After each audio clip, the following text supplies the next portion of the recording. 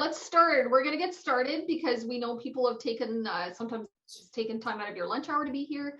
I would like you to, we'll get some intros later, but we have Ruth Atkinson here. We have Jules here. I'll get her to pronounce her last name for us. We have Angela Heck here, who's the Whistler Executive Director, and she has a message to start. Thank you.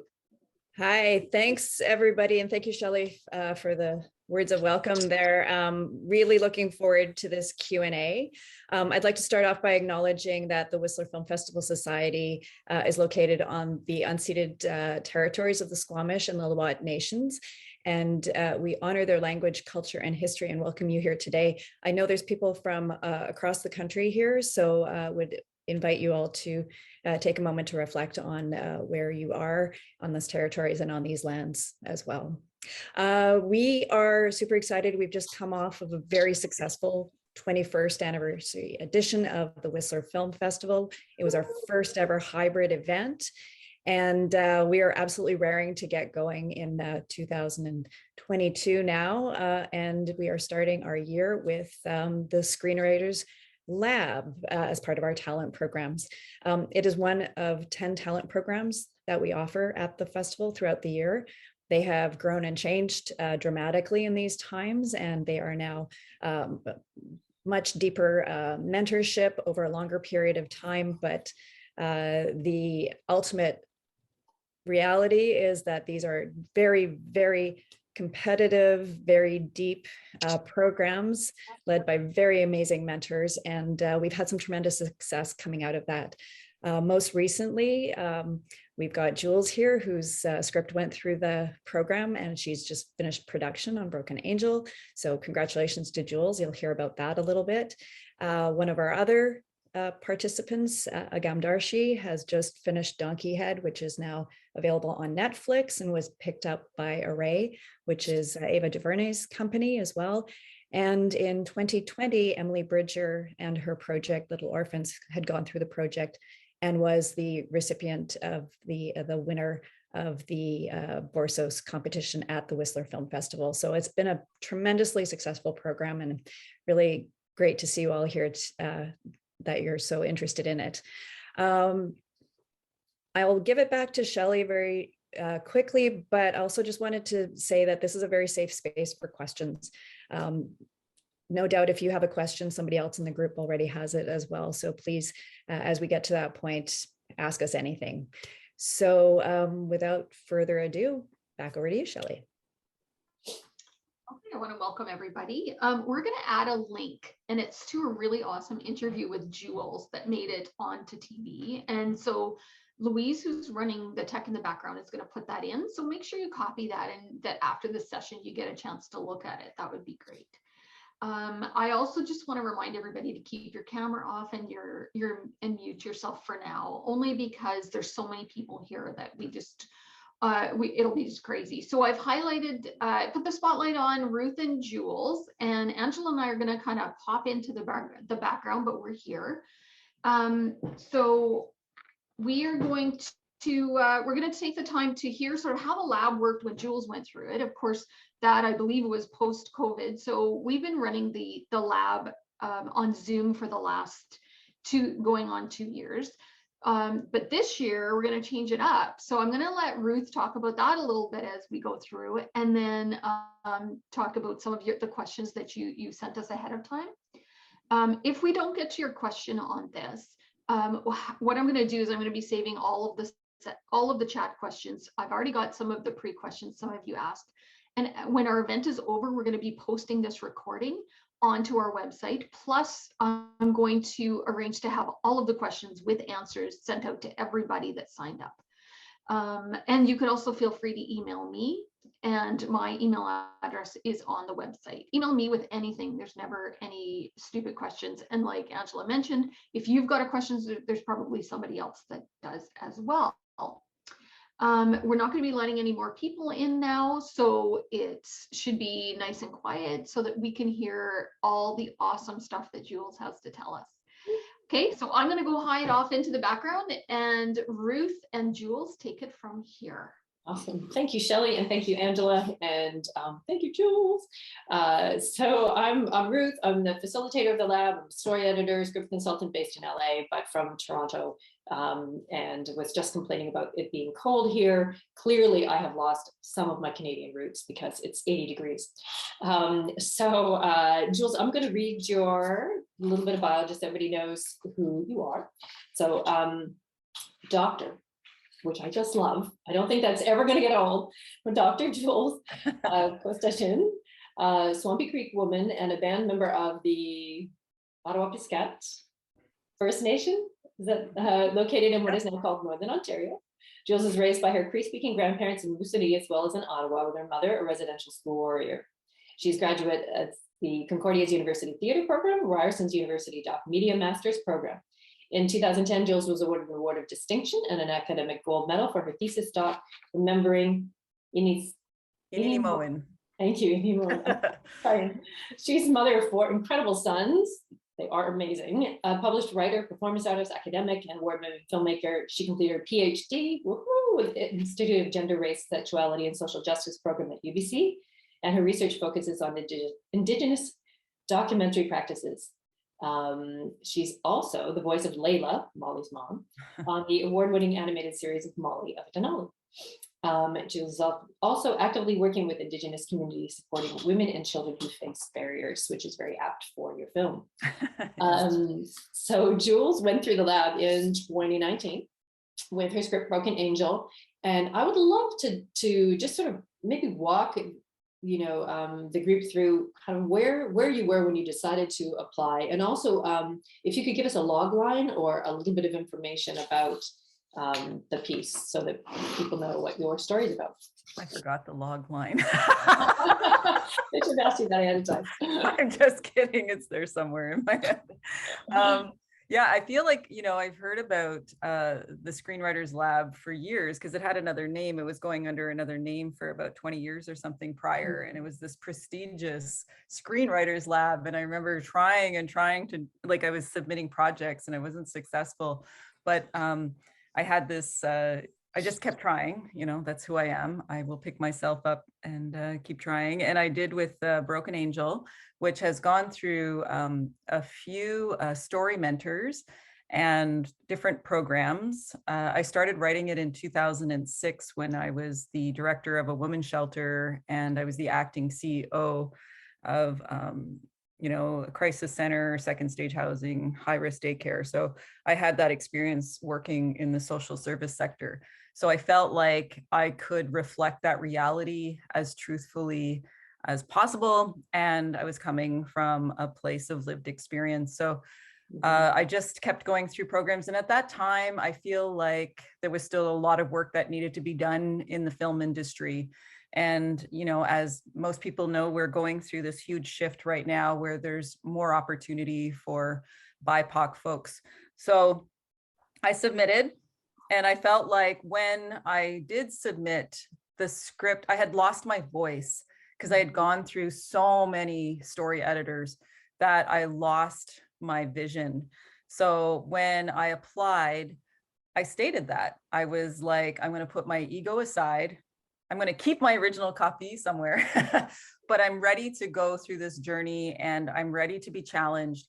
I'm ready to find my voice again. And I was accepted, and it was hard. It wasn't an easy process because, it's hard when you're so attached to a story, a narrative, it becomes a part of your day-to-day. So to go through that kind of rigorous process of revising, it was challenging, but I made sure that I was in the right state of mind before embarking on that journey. So yeah, that's the start of it. Yeah, and I mean, I'm so that tenacity that it takes to keep applying, to keep believing in your project, and I think that's that strength and resilience. You needed all of that to go through the process again. And I just want to, I felt the bravery in that, because your willingness to sort of strip your project back down to the ground and begin again, and in that process rediscovering your voice is what I noticed. So you're a little bit just about the program. So There's two phases, two main phases, three really. But this first phase in June is this week-long intensive where we shake the snow globe of your scripts. And in your case, we shook that massively. And everybody has a lead mentor, and yours was Dennis Spoon. So while you're receiving in that first phase, you receive feedback from all of the mentors, as well as your peers. You do have a lead mentor, and Dennis was yours, and you guys had a pretty good connection, I think, right? Yeah, like we stay connected too. Like he is truly, well, all of you I consider friends. Like I feel like I was a bit worried before because I think, it's hard being an Indigenous person and then, trying to explain the colonial history here with settler Canadians or people outside of your community can sometimes, there's barriers there just because of the educational system. But I feel like I was just really afraid because I didn't want to lose the integrity of the story as well. And, I really wanted to pay homage and tribute to the women that I worked with when I was working within the social service sector. So there was a lot of things that I was attached to. So there was this kind of resistance, even though I promised myself I'm going to go through this, put my ego aside, there was still that kind of fear, because I felt like there was a responsibility and accountability to the community I was representing in the story. But, after spending some time with y'all, I was like, okay, these guys are pretty cool. Like, all right, okay, I'll let my guard down here, let my guard down there. And then I think for me, my safety net was actually saving a copy of the script and then moving forward for there. And I haven't looked back. I actually have not looked back at that original script that I submitted. So that's a good sign, but I kept it just for my own kind of sanity. So, but once we went through that process, but I just do want to say, I think it's really important to state that you have to be willing and open to the process. Because if you're not, then, you might lose out. And I think that was the thing that I did. And I'm really grateful for the mentors, but also that I allowed myself to take that huge risk. Yeah, and I'm so glad you said that, because it really takes that willingness, and it's not necessarily easy. And we also, the mentors, we understand it's not easy, and we are there to support and to guide, but it is rigorous, and it can sometimes be sort of challenging to have your work so shaken up, but it's done with the best of intentions and support and love, and always with the goal of helping the writer tell their version. It's so important to know that we are there. You will never in our labs get feedback that is about our version of the script. It's always helping the writer bring forth their vision. And I think that's really, and in your case, it took sort of stripping it down because it had gone through so many labs already and lost its way a little bit. But it's not necessarily easy or fun. Can you, now maybe your memory is jogged, can you just, do you have that log line or just a little bit so they know what it's about? Yeah, Angel flees domestic violence and she is forced to, what is the log line? We worked on it for so long, but it's funny when you go through the process, right? Because you go through your development, pre-production, production, and now I'm in post. And not that the story changed, but the structure of the story's changed, but it really essentially is about Angel who's fleeing domestic violence and she's forced to flee or fight. So, hey, that I did it. But we worked on that for a while, and I think that's so very important. And I used to be an instructor. I taught at several universities and stuff like that. And the one thing I always tell my students is make sure that what's your elevator pitch? You don't want to be stuck in an elevator with a producer and go on and on and on, because you'll lose them. Really, you only get this one opportunity to impress them. So it's good to have your log line memorized for some reason. Well, because you're on the, you've made the thing now, so it's a different. I know what it's about, but it's really, I just wanted to add too, what's really incredible about being, I feel that I'm a writer out of necessity because I feel like I didn't see my lived experience or my indigeneity reflected on the screen, my earlier years. So I feel like I can write, but it feels like homework to me, but I can do it. And I think I'm okay at it, but I just do it out of necessity. But I feel like it's an interesting process to go through because your story just keeps evolving and transforming at every stage, which is quite phenomenal, right? Like even now in post-production and working with the editor, it's like she sees things that I totally missed in the script, and things that made sense on the page do not make sense in the edit. And I'm like, why did I even write that? Like that doesn't even fit. We don't even need that to even move the story forward, right? So like, let's omit that whole scene. But it's just an interesting kind of journey to take, right? Mm-hmm. Absolutely. And I think you're right that the whole process, it's constantly evolving. And I think what's important is that, you know, when you know the story you want to tell deep in your heart, it gets, you have a solid core so that it can continue to evolve and morph. How many, do you recall how many drafts you did in the duration of the lab? 20? I don't know. It was so, every time I met with Dennis, and I think it was during, like, we met after, like it was during COVID or something, and I don't think he got his hair cut. So every time I met him, his hair was a little bit more wilder. And I just knew there's going to be so many notes. So I was just like, oh, because I was just, it's a lot of work, you know, because then you have to go back into your final draft, and then you got to restructure it. Then you got to move scenes, and then you got to omit scenes. Then you got to rewrite some dialogue. And, yeah, I don't know, about 20. But I wanted to add too from the last comment. I think the other thing that, you know, I'm producer, writer, director. The thing that caught me off guard were the questions from the actors. I thought I knew my story inside out, and I was like, I know this, I know every story beat. There's nothing anyone can ask me, and they kept stumping me with their questions. I was like, what? I didn't even think about that. What? Because they're looking at it from a totally different perspective, which that is kind of interesting too. Yeah, that would be unexpected when, like you said, you feel like you know your piece so well, right? Like where are you getting a question that you can't answer, right? But that's what's so great about that collaborative process of making the film, right? It changes. And they have their own backstory and their own, you know, approach. So yeah.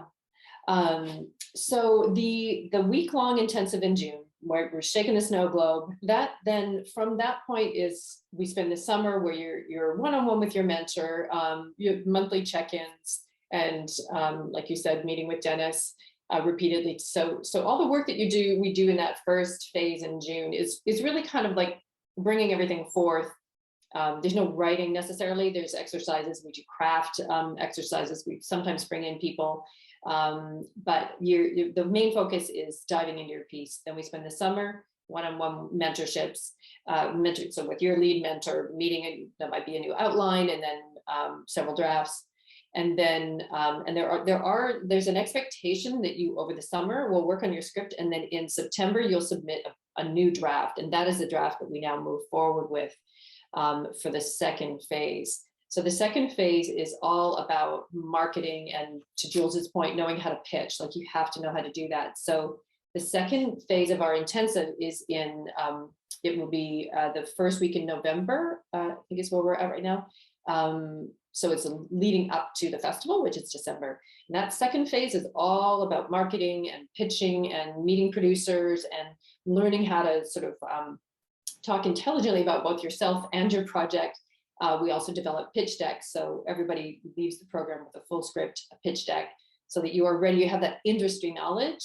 And I think that's what's so fabulous about our program, is that it's not just the script development, it's the industry and the connections and having that. And I'm curious, Jules, did you feel like that piece of the lab was helpful for you in making the connections or continuing to foster the connections you needed to actually make your film?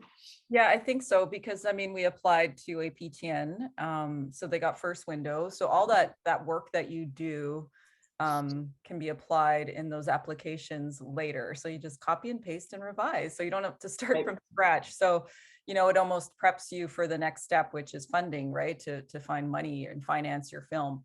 Mm-hmm. So definitely, you know, having your synopsis, your log line, you know, your director's statement, your writer's statement. I think those kinds of things are so essential when moving forward, because you know, if you're going to telefilm, there's going to be a jury overlooking your application.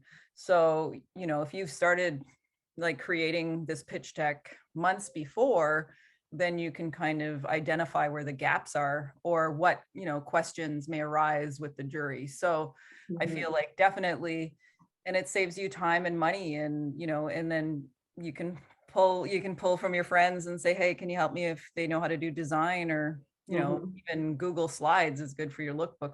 But I think just starting that process way ahead of time before submissions are open, I think is definitely important. Can you talk a little bit about how you the next steps after the lab, so you and how you put together the financing and how the film came together? Yeah, well, I think for me, I've had Patty Poskett involved right from the beginning, right? So she was on board as my executive producer. So she was really excited that I was going to go through that lab and, have a final draft, which, let me tell you, is not a final draft, because you're still writing when you're in production, but that's a whole other story. But because some lines of dialogue just don't work for your actors. But anyway, so I feel like I've had, an amazing ally on board right from the beginning, and we went through the motions, and she was very patient. And when we felt we were ready to apply, we did. And, we've got our first window from APTN, like I said, which helped our application to telefilm. So it's really good to get, eyes on your script. So yeah, I mean, I feel like, I don't know what the other participants, if they had producers on board or not, but I feel like I was kind of one step ahead there in terms of having, that relationship already. And it does help, you have someone with strong film business affairs skills, it just helps with financing and applications and everything else you need to do, which is also a long haul. And I've attached myself as producer as well, because I want creative control over my story. Because sometimes for me, especially being Indigenous, it's hard to hand over your story to someone who you feel might not fully grasp or understand the content. So, there's not a lot of us with Indigenous production companies. Well, maybe there's more now, hopefully, but I feel like we need more. We got to build capacity in that sector. But yeah. Yeah. Well, I think you're absolutely right about having a producer, and you need somebody in your corner who has the industry and the business affairs, like you're saying, but also can support and understand the creative approach. And that is something that we work on a lot in that, second phase is meeting producers, one-on-ones with producers, so that you can start to maybe find your person, or at least have an understanding of how to go about reaching out to a producer. We also, I'll mention, we do a lot. We have our Producers Lab runs at the same time as the Screenwriters Lab. And we do a lot of partnering so that the writers have that opportunity to meet the other producers and pitch to them and talk to them, so that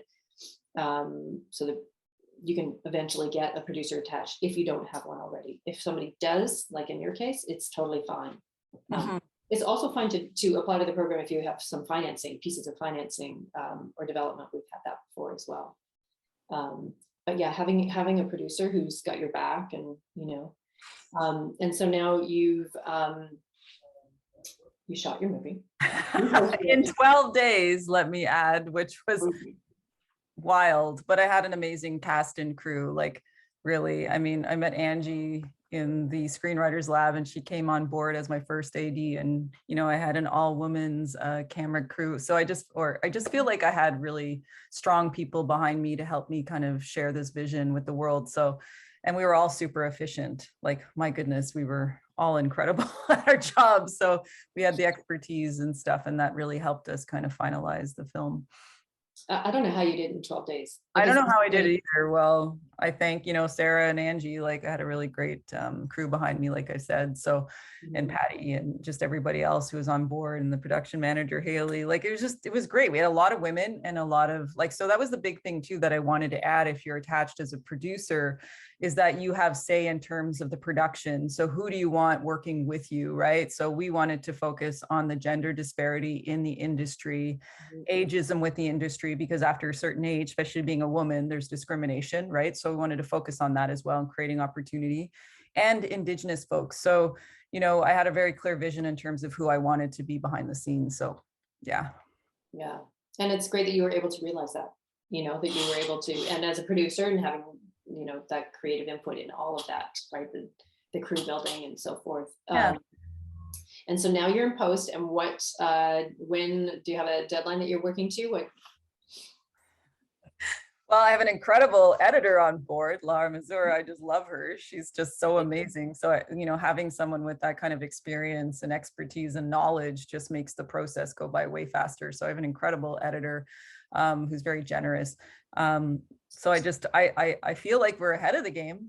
But then, it's hard because like, we do your assembly. It feels very long. There's no color. There's no sound design. So you're like, oh, what have I done?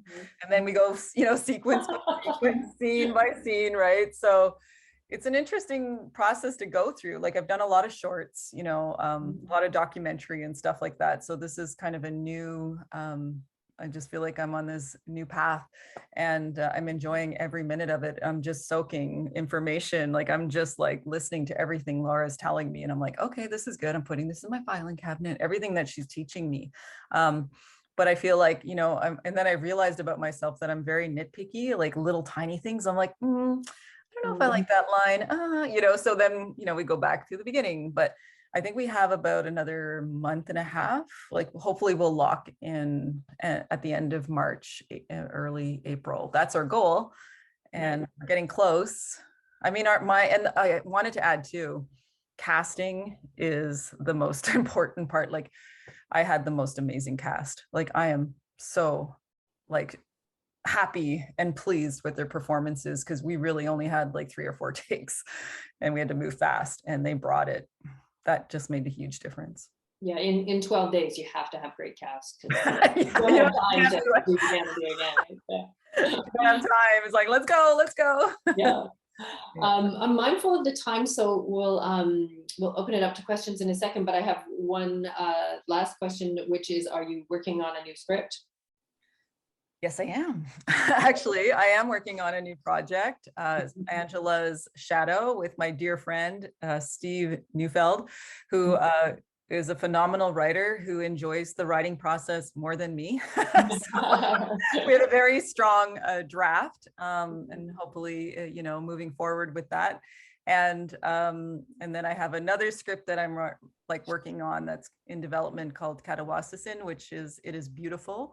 And I'm working on my feature documentary with the NFB right now called Wapake. So I'm working very closely with Terry and Angie. So it's I have a lot going on, which is kind of cool because just wanted to add too, like after I defended or asserted my dissertation in April of last year, I was offered a tenure track position at a very good university.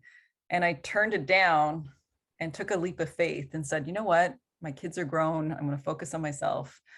And I was really scared that I was going to end up living in my car, but I've been able to keep my head above water. So it feels really exciting that I'm, continuing on this journey. Yeah, I so love that because that it's a huge risk, right? To go for the sort of, the known thing that is going to, especially financially, and to trust that it's all going to, you can put your focus on your creative self. And I have an agent now, which is like the best because she like manages the craziness of my life. So amazing. Yeah. Well, it's awesome. I'm excited. I'm so excited to see Broken Angel, and which maybe we'll do it Whistler. You never know.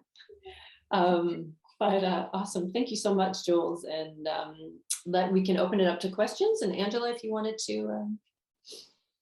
I just wanted to say thank you for sharing your journey through the Screenwriters Lab. So thanks so much, Jules. And thank you, Ruth. Let's open it up for questions.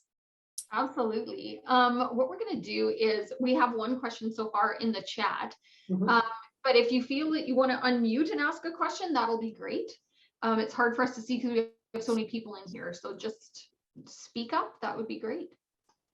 I can answer the one that's in the chat. So the question is, what makes applicants stand out to the selection committee? That is a great question. It's a combination of the project, of course, right? A piece that is distinct and original, perhaps a world we haven't seen before, or a way of telling the story that we haven't seen before, specific to, a particular character or, community is good. a solid narrative.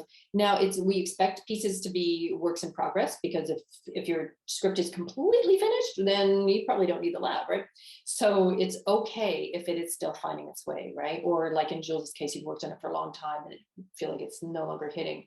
So any genre, just a solid piece of writing that we can see the potential of where it might go. And ideally something that can be made within the Canadian landscape of filmmaking. So if you've written, something, The Next Tenant or something, it's maybe not for us, right?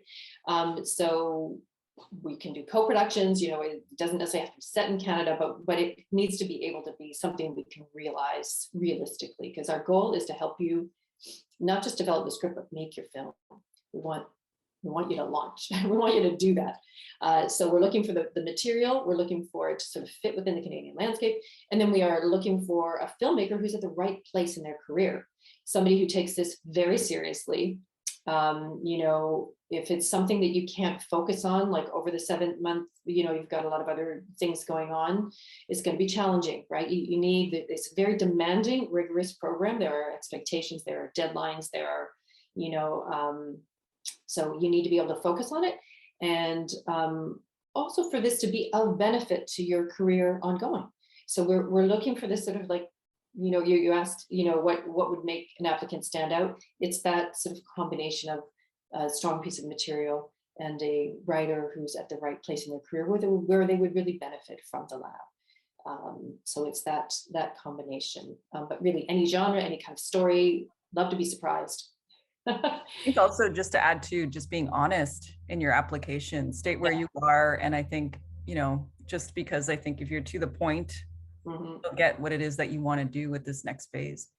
100%. I think knowing what you are hoping to get out of the lab, as far as, and knowing sort of where the spots in your, both professionally and in your scripts, knowing what you want to work on is really helpful, because then we can see, is this a good fit for you? So yeah, honesty is a good one. And while we're still on the application question, one of the questions that came across is, what's your best advice for the application portion? And mine, as somebody who does the admin, is get your application in early, because if you're trying to submit it at the very last second at like 5 to midnight, that's when the tech stuff's going to go down. So my best advice is don't wait till the last minute. I mean, you just don't. And Ruth, what would you say? So the question is what to avoid in the application, or what can you ask? What's your best advice? I know we talked it's 120 page maximum.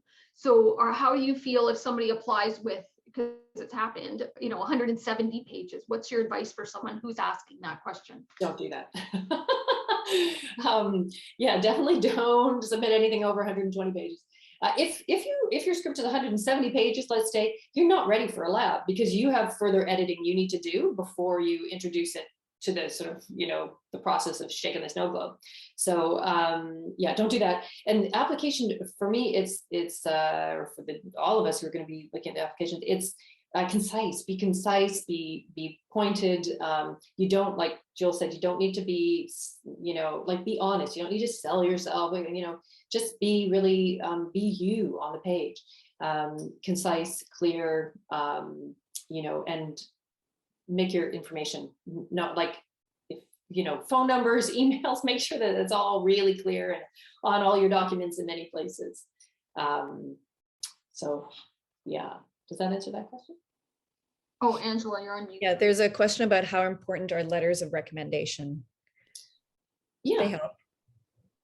Yeah, it's not, once again, that helps us sort of in the knowing whether, the lab will be useful for you, sort of career-wise, if there, it gives us a sense of where you're sort of at as far as your experience in your career. So yeah, it can help. But don't panic if you don't have them. I mean, we are looking primarily at the writing, and we're looking at developing the projects as much as the people. Yeah, 100%. So if you don't have one, don't worry. I have a question here for Jules specifically. What were some of the biggest early mistakes that were made with your script in terms of narrative, structure, and character development? I think for me, it was just like listening to too many people. Because then you just have like, what is that saying? Too many cooks in the kitchen. Like it just felt like I got confusing. I lost my my focus, and I think, but again, saying that, I feel like I am where I need to be. Like that was part of my journey. That was part of my process, and I have no regrets. Maybe because I'm getting older, it's like, well, we all realize if one thing changed, then the trajectory of your life could change. So I feel like that's part of my story in a way. And I'm grateful to all the story mentors that I worked with. I just somehow, I think, listened to way too many people, and they were like, I was adding too many characters and too many locations. Like I was just all over the place. Like when I first wrote it, I was very clear, and then it just went through all these labs and stuff. And unfortunately, I guess some of the people that I trusted too maybe didn't have a clear idea or concepts or notion of indigeneity. So I felt like that kind of got washed over. And that was the one thing that I wanted to stay true to, is the original story. And I feel like working with the Whistler Lab too, is that the one thing I wanted to add is that the mentors don't necessarily touch the context or the heart of the story. They're focused on the character development, the dialogue, the structure of the story. Where's your turning points? So that it was very helpful for me, because I was able to eliminate characters that didn't move the story forward. And the constant question of, is this scene necessary? Does this scene move the story forward? And then you cry as you let those characters go. But it is what it is. Keep every draft. I'm telling you, like, you'll feel better. But if you go through that process with your heart and soul and, the passion and the dedication, you won't look at those other drafts. Maybe you will later. Maybe I will later, just out of curiosity, but you don't look back because you're happy with where you're going. You start trusting and you start allowing yourself to go through those revisions, and it just gets better. Like, I feel like my story felt so complicated before. And then by the end with the final draft, I'm like, this feels so clear. Like, it just feels like, what? Like, it was such an easy, I was like, this is interesting. Is this okay? I don't know how to articulate that, but like, it was so complex and convoluted before. And then when I got my final, like really your final, but it was just like, this is really streamlined. This is interesting. I don't know how to articulate that, but that was like a aha moment for me. Didn't have to be that complicated. We have a question. Does a project's commercial potential or lack thereof impact how it's viewed by the selection committee? And that's a good question. Ruth, what do you think of that? Yeah, no, it doesn't. I mean, because, well, and also, we have 6 projects that we take through the lab. So it's actually nice to have a combination of things that are maybe don't necessarily scream commercial potential, maybe a more personal, internal, smaller story. And then nice to have things that are more overtly commercial. Last year, we had one that was set in the North, dystopian future, actually quite commercial in many ways. And then we had one set in Newfoundland that was very, a lot smaller and more internal, personal. So it's nice to have a range. So no, we do. That said, once again, our goal is to help you get your project made. So while it doesn't necessarily have to like scream Hollywood, it does. We want to feel like it's something that could fit, that there would be an audience for it. Sorry, we talked about distribution too in the lab, didn't we? We had that was part of our conversation though, wasn't it? Yeah, I think in our second phase, that combination of distribution, releasing, is there marketability. I think one of the things that always comes up is who needs to see this, and so who is your audience, and even understanding who that audience is something to start thinking about. That will obviously be fleshed out, but there's so many different avenues for it, and really for the writer to understand, like, what is your intent, who needs to hear this. Yeah. Yes, and I think thinking about it as far as that marketability, like would people go to the theater to see this? Does this feel like a movie? Does it feel like something? So once again, it doesn't necessarily have to be like hugely overtly commercial, but needs to be able to find an audience, needs to feel like, okay, this is something that needs to be told and seen, and would somebody would maybe pay $20 to see it. We do get quite a few questions about budget, and I get, individual questions. We don't really look at the budget. Do you want to first explain that? And then a question for you, Jules. Did what you thought your budget was going to be when you were in the lab change when you actually made it? Is that a bigger question then? Yeah, it was a lot less.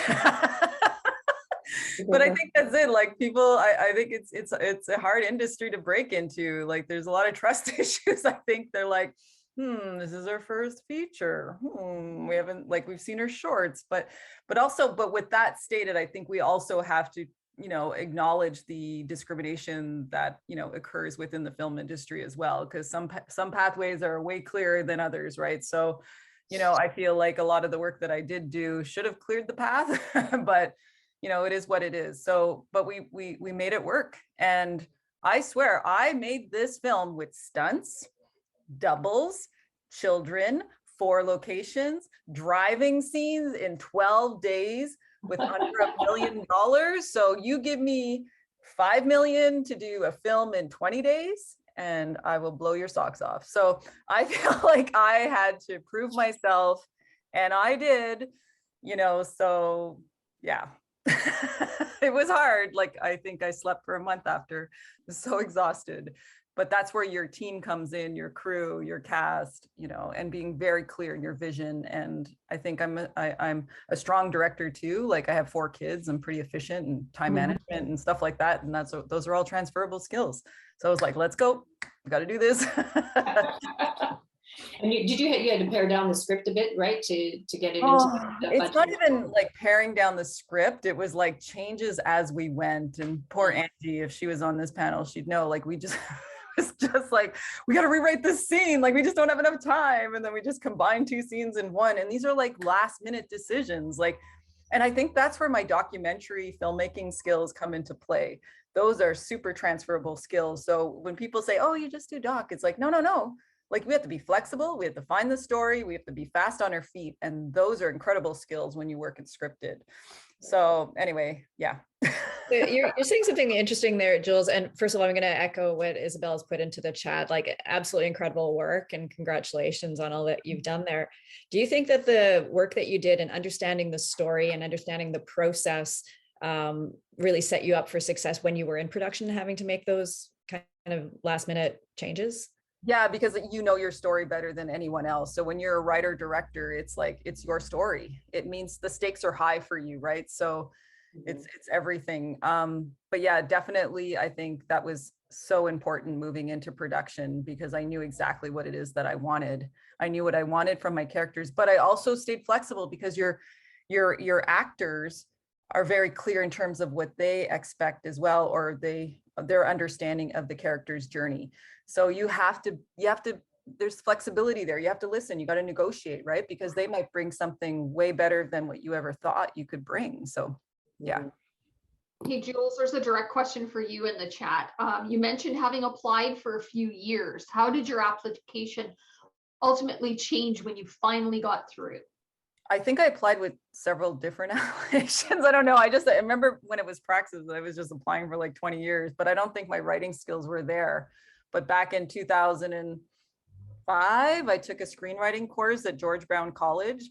And then I just started getting better and better and better. And I worked at it. Like, I'm not afraid of hard work. So that's the other thing too. You got to put yourself out there and you can't be afraid to fail and pick yourself back up. And I'm a hustler, I guess. I just keep going and I don't take no for an answer. But I think with Broken Angel, I don't know how many times I actually submitted with Broken Angel, but I can understand why it was probably not accepted.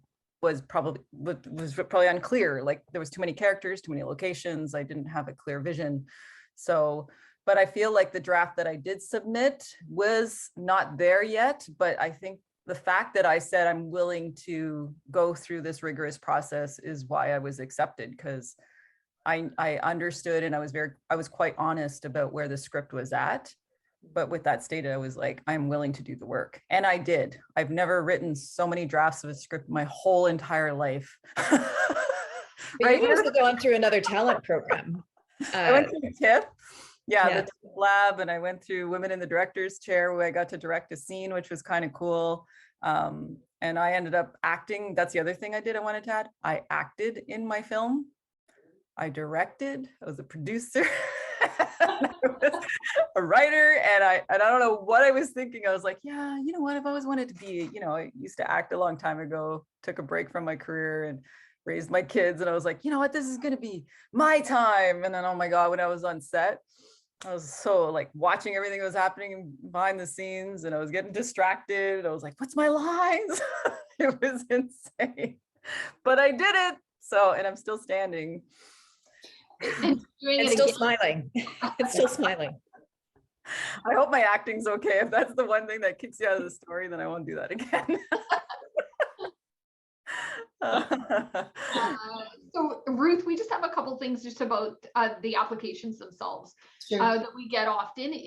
Are we giving feedback this year? Ooh. No, we're not giving feedback. Right? We're not. Only if you make it into the program, there would be feedback with it. And then we've got, are you open to projects not shot in Canada, but are co-production deals? How does that work? Because we've actually had scripts with that. So how can you explain? Yes. So once again, we will look at material or consider material that is set in another place. We are wanting to support, Canadian filmmakers and films that would be, find an audience in Canada and be made within the Canadian system to a certain extent, right? Well, not to a certain extent, that can be made here. So it would be a co-production situation. So if it's set someplace else, we'd be looking at, okay, well, what might be co-production?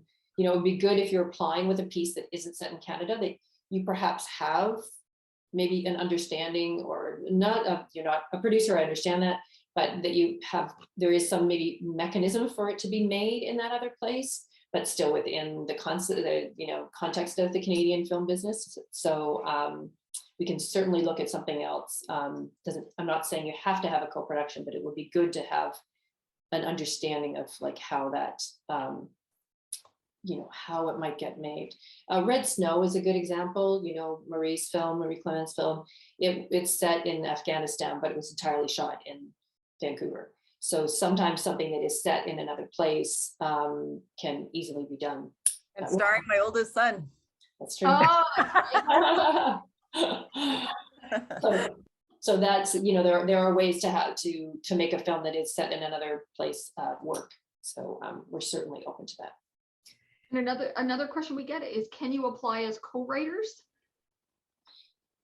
So Go ahead, Ruth. Thanks, Angela. We've gone back and forth on that a little bit. We have had writing teams before. So it's kind of a case by case. Angela, I'm going to throw to you on that. I think it's very much a case by case. The intent is really to develop unique voices of a writer, and it's sometimes a little bit difficult for us to manage co-writing teams in that sense. So, but we have had co-writing teams depending on the nature of the script. So it's really a case by case scenario. And typically, we would just have one person actually come to the lab. Yeah. Okay, good. Okay. I did want to address, somebody had said, how many applications do we typically receive every year? I think the last 2 years have given a lot of people time to write. And what we noticed last year is that we tripled the number of applications that we received, and it was very unprecedented. So we'll wait and see how many we get this year. Just add a final word too. I think if you're considering applying, that you'll walk away with a skill set that you will treasure and move forward with. So I recommend applying and just going through that process. If you're willing to go there, then do it. And you make incredible friends and connections. Like I feel forever connected to the Whistler Film Festival and the lab, and to my incredible mentors who I'm forever grateful. So it's not just about going through the lab, but building relationships and friendships that last forever. So I just wanted to add that. Thank you. That's actually a very important part of it, is that networking and that relationship building, and that lasts long beyond the lab here. And it's something that we all value. There are over 2,500 alumni of our talent programs. We've got a pretty strong community. And by virtue of being part of the lab as well, your work is recognized, and it's recognized within the industry. Yeah, I'm so glad you both said that, because I think that, you know, that not only just the cohort, the group bond incredibly, like we found that these friendships continue for many, many years, you know, and go on, like you're working with Angie, and like, you know, you work on each other's pieces and might form a writing group, or so that's so important. And also that the relationship with the mentors. I mean, I love all you guys. We're very active on Facebook. You know, and also the industry people that you meet, like a producer that you might meet, or, you know, maybe John Galway from the Producers Lab, you know, like, so you'll form those connections, and it's so important. We work hard to foster that, so that you guys do feel connected. And, you know, that is a huge part of the lab. So it's not just, there's the tangible skills, there's the physical things, like a finished draft you can market, a pitch deck, but it's this intangible thing that is the support of the group and the connections that you'll find. So we want all of that for you. Are there any other, Shelly, any other questions? Wait for you guys to end it. So just for everybody, like I said, we're going to be doing some editing on this. We'll have it posted on the website, and I will make sure that the questions and answers that we have are sent out to everybody. They'll come out through one of our programs, and hopefully you get your application in. Please be on time. And if you have any questions, don't hesitate to reach out. Awesome. Okay, thank you so much, everybody, for coming. Yeah, thank you everybody for coming. Thank you. And we'll let everyone know when the film's available, right, Jules? Yes. Yes, no pressure. Okay, thank you. Thank you. Thank you. Thanks everyone.